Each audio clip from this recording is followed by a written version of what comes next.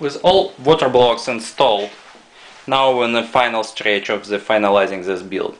As you remember, I take out the hard drive cage here, so all hard drives goes in the cage on the top, and also I want to put pump in the cage as well. So that determines how the components is laid out inside of this computer.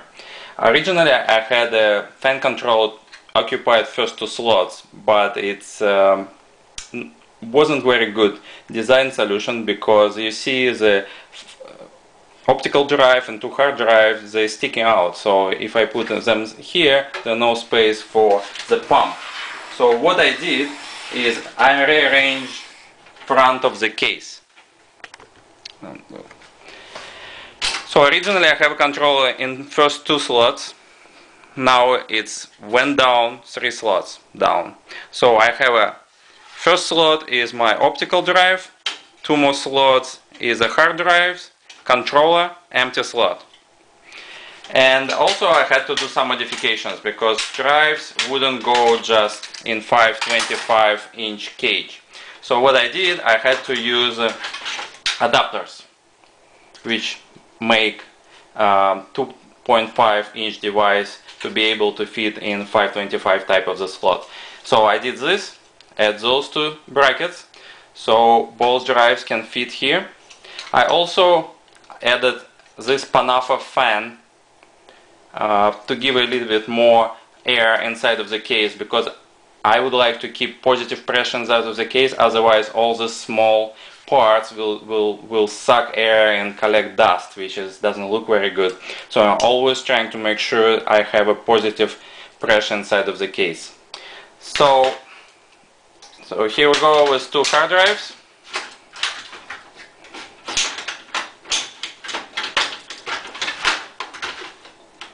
Go right here. Fan will be cooling both of them. And this is my controller. With controller I also had to do a small modification. Normally this frame is square and you have a piece of metal right there, which makes it perfectly like rigid. But because I want to put my pump in, we will be obstruct the space. So I had to cut this piece of metal between side of this controller, and now I have enough space to put pump without any obstruction. Back to internals of the case. So now, before I will finish up with all my tubing, I will connect all electrical cables. Just make all electrical connections done, so I don't need to go through all this piping to reach all those connectors and cables. So basically I'll take out everything that's on the way, and we'll connect motherboard, all SATA cables, motherboard connections, and after that I will continue with making final connections for the pumping itself. Here I have all power and data cables connected. I'll try to show some of the work I did. Here cables coming out of power supply, everything connected to Blu-ray drive and hard drives. Here connection for the motherboard, connection for the all those front accessible USB ports, and SATA connectors right there, as well as some power for the CPU in the corner. Everything is hidden, look nice.